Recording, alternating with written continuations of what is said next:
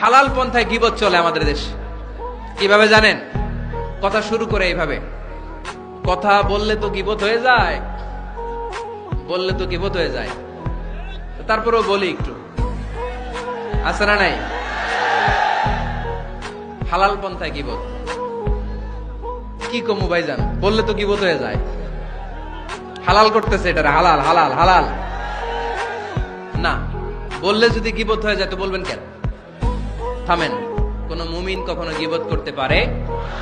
মেরাজের রাতে আল্লাহর হাবিব সাল্লাল্লাহু আলাইহি ওয়াসাল্লাম দেখলেন কিছু লোক লাহুম আযফারুন মিন নুহাস, তামার আগুন দিয়ে নখ বানানো, নখর ধারালো, ইয়াখদাশুনা বিহি উজুহাহুম ওয়া সুদুরাহুম, তারা তাদের নখ দিয়ে জাহান্নামে নিজের গালের গোশতগুলো, বুকের গোশতগুলো ছিঁড়ে ছিঁড়ে খাচ্ছে, আর তাদের ব্যথা যন্ত্রণা দেখে পুরো জাহান্নামের অন্য লোকরা থারথার করে কাঁপছে।